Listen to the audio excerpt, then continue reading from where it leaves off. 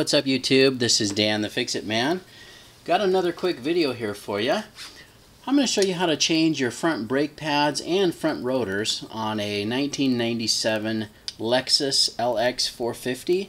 So the first thing I like to do is get a screwdriver or two and wedge in between the pad and the rotor. And you'll have to do this for both sides because on these calipers there are pistons on the inside and on the outside. So once you get that started, and you can just wedge that screwdriver in there, push it back and forth a little bit, you'll feel that caliper piston will push back inside. Once you do that side, then you can come over here to this side and do the same thing. Just take some steady pressure on the top and the bottom. Okay, once you have the caliper pistons pushed back in, we can go ahead and take out the brake pads. And the easiest way to do that on this little clip back here is just pull this off. Usually you can do that by hand, sometimes a pair of pliers will help. That's just a little retaining clip that goes into the ends of these slide pins, and those pins, those will come out.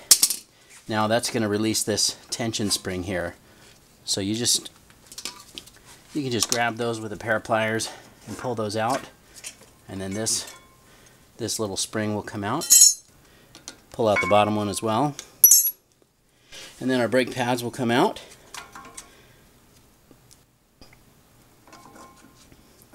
The caliper is attached to this backing plate section with two bolts. Those are 17mm bolts.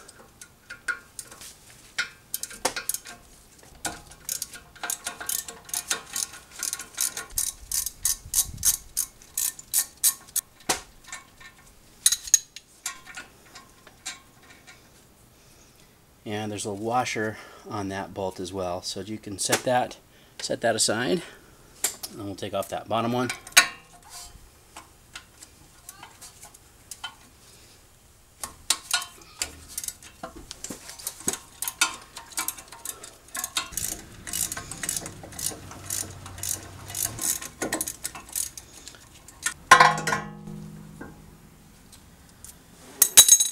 Okay, we can set that bolt aside. And of course that caliper wants to fall when you get those bolts out, so just be careful that you're not damaging that brake line. To take off the hub, we first need to take off this cap here, and you can just use a flathead screwdriver and give a few taps there as you go around.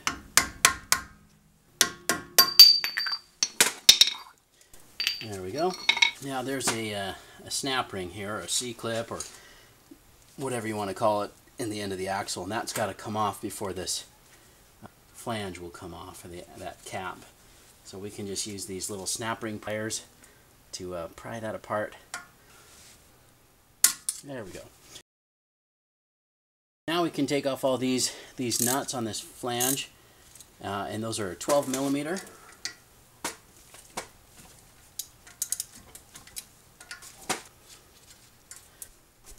Now these all have a flat washer and a cone washer underneath, and that cone washer is a little tricky to get out if you don't know how, and I'll show you how I do that. Okay, so these cone washers that are stuck in here, all you really need to do is tap on this with a hammer. I mean, a brass hammer would be better, or a brass drift. You can pound on that. But as long as you're not beating it too hard, it shouldn't mess up the surface of that flange. But just kind of tap that a few times. And I like to put my finger on the end of that stud so that those cone washers don't go flying off and get lost.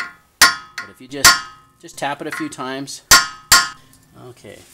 As soon as you see the washer move or spin, it's loose and it'll come right off. So you just repeat that process all the way around here. I know a lot of you will probably yell at me in the comments for not using a brass hammer, but as long as you're careful, it should be alright.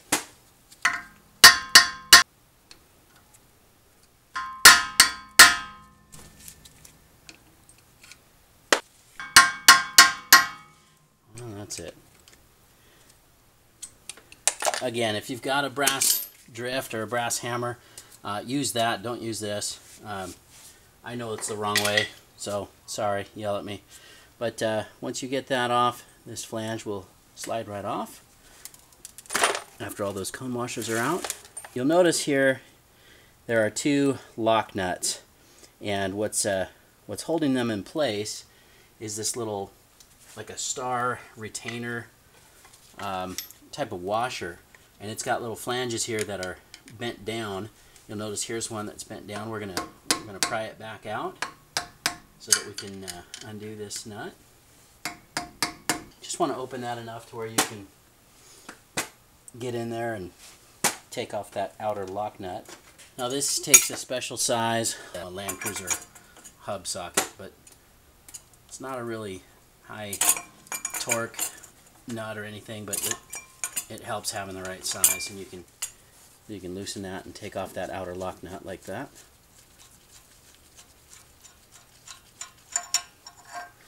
I'll set that aside, and we can take out this little retaining washer,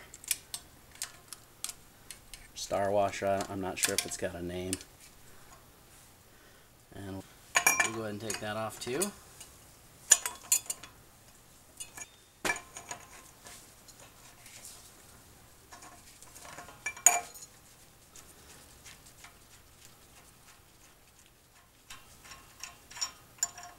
Okay, we'll set that down. We can pull the rotor off, but there's an outer bearing here that's going to come out too. So if we just kind of wiggle that a little bit and pull it, we can actually just grab. This has got a little washer with a little protrusion here that goes into the axle hub keyway.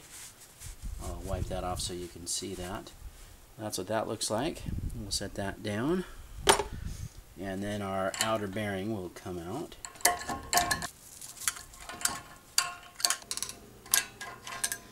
And we'll set that down and get that cleaned up.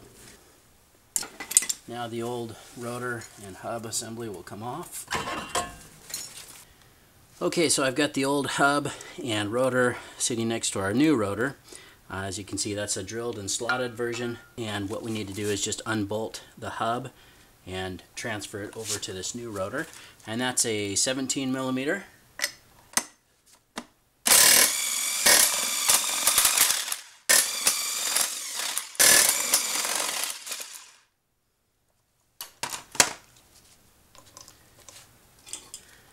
Now, a lot of times these will just come right out. Sometimes they need a little bit of coaxing. Okay. So we're just going to move that hub straight over here. Try to get that lined up. Now we're going to thread these in by hand first. Now the proper torque spec on that is, on these bolts, is 54 foot-pounds, which we'll do once we've got everything back together.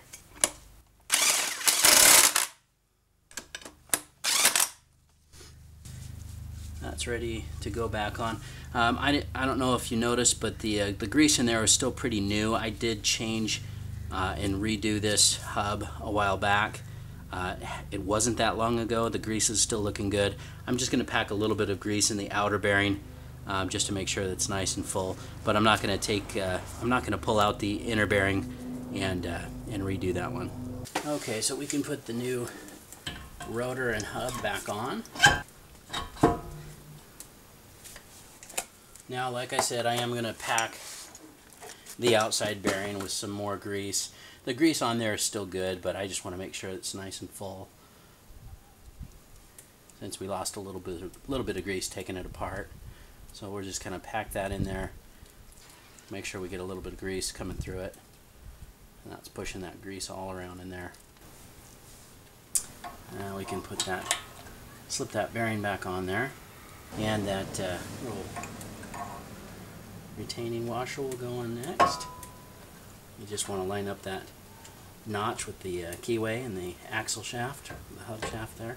Okay, now we can put on the inner lock nut, and we'll torque that down. The main purpose here is to, like on any car, is to take the play out of those bearings. You want them snug, but you don't want them too tight. The other thing is you want to make sure that those bearings are fully seated and tight to each other in there, that you don't have any play. So what I like to do is torque that down and just feel, test it, back it off a little bit if needed before putting on that locking washer and the outer washer as well. There's a fish scale test. You know, you can put a fish scale on here and pull, and so many pounds of weight will tell you what you need. But I'm going to tighten that down with that lock nut. I'm going to do a glove change here real quick. Okay, so I've got that inner locking nut on there, and there's lots of different methods of checking this or tightening this, but you can torque it to a certain number of foot-pounds. I'm at about 22 foot-pounds right there. Some people like to do the fish scale test, where you hook a fish scale on here and pull it. It'll pull on so many pounds. The other method, really, you know, the main idea is just to get the play out of there and not have it be too tight. But once you've got that on and set where you want it, you can put your lock washer on. Now, I wanted to show you something that happened to this one. Is there's it's supposed to be a little tooth that comes down, which goes into the little keyway here on your hub, and that has completely sheared off. So I've got someone on their way to go get a new one of these so I can replace it. But when that happens, that can cause both nuts to spin together. Even though they're locked together, it can cause them to back off, and I guess the whole wheel can fall off, or I guess your caliper would hold it in place, but you'd definitely feel that start to wobble. But so we're going to replace that before we put this back on in the outer lock nut. So because of that, while we're waiting, I'm going to put the caliper back on and get the brake pads back in place first. Okay, so to put the caliper back on, just gently bring it back around in place, and we can line that up, that hole, and just tighten that down. We can just get both of those bolts started by hand, and then we'll tighten those with our socket. And again, those are a 17mm head.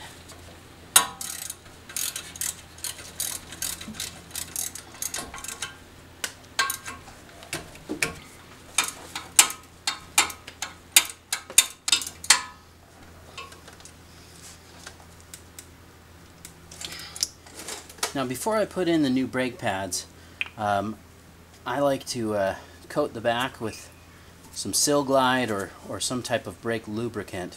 I'm also going to coat the slide pins that go in here. But this set of pads came with this. It says some ceramic lube or ceram lube, which will it's probably a different type of temperature. I don't know, but we'll just smear a little bit of this on the back of each of the brake pads on the back shim here, and I'm going to put a little bit at the edges where it will ride, and we'll put that one in here on the inside, and then we'll do the same thing on the back of this pad here. Doesn't take much, just enough to get a thin layer of this stuff on the back here. Spread that thin, and then just do a little bit on the edges, just where it will make contact with that caliper. There we go. Now, before I put the lube on these two retaining pins or slide pins, I'm going to just hit them with some brake clean and try to get all of the deposits off there, or at least clean them up a little bit before I put that brake lube on there. Okay, and again, we can just take just a little bit of this stuff, just kind of spread that on each one of these pins, and that will keep everything moving the way it should. Doesn't take too much, but kind of coats that and helps those pads move back and forth as they need to. Now, when we put these in, I'd like to point out that there's a little retaining spring here. So I'm going to start with the bottom one and press this in, and this has got to go behind there. Okay, so that one's in. Now to the top, Now this has got to go behind that little pin as it goes in. There we go. And then you'll kind of need to push that in and pull it out a little bit to line it up with the hole on the other side of the caliper. There we go. Now this kit also came with a new spring clip here. It's really just these ends go into a hole in the end of each of these rods, and there we go. There's one. Now the other one might be a little bit harder to find the hole or line that up. The nice thing about these pins is at the end they have a little slot which you can put a blade screwdriver in there and turn that to get that hole to line up. And there it is right there. Once they're both in place, then you can push the center part back and through that center hole, and that snaps into place, and those are good. Those are all set. Okay, now I'm going to put the tire on, and I'm going to check the tension on that bearing. Just going to make sure that I don't have any play before I get that lock nut tightened down.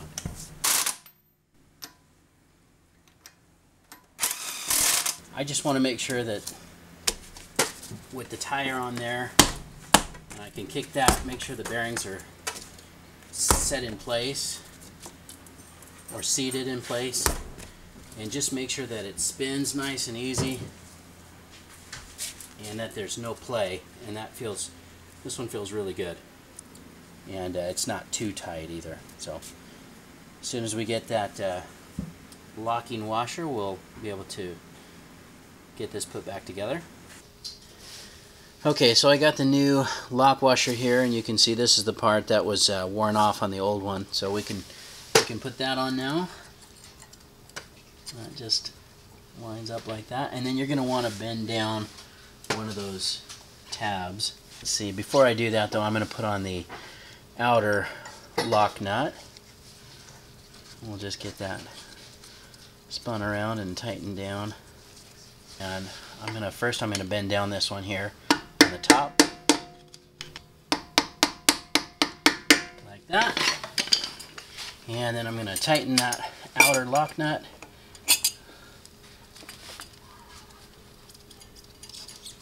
And then you want to find a tab that lines up with one of the flat surfaces here. This one down here is working out just good, so we'll bend this one up. And I'm going to just tap that flat.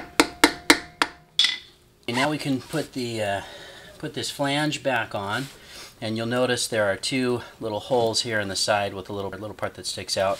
You just want to line that up with those little studs there, and you might have to turn the wheel a little bit to line those splines up. There we go.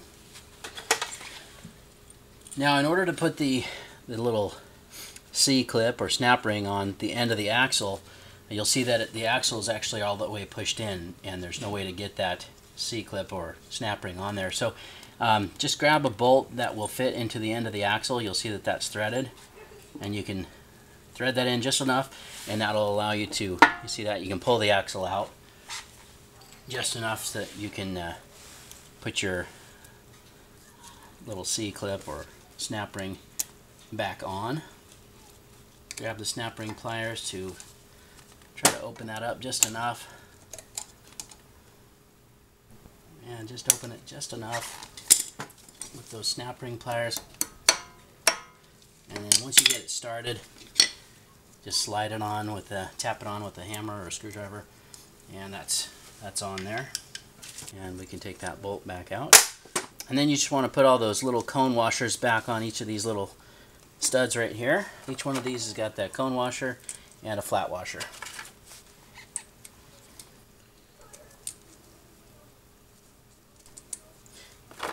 Those little 12mm nuts on the end of those studs there.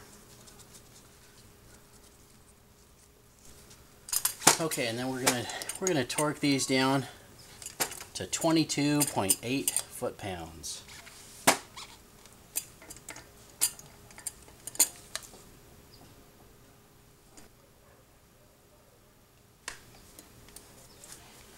And now we can put that cap back on.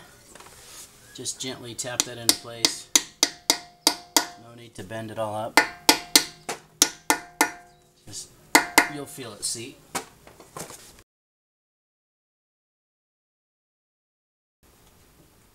Just gonna wipe everything down with some brake clean before we put the tire back on.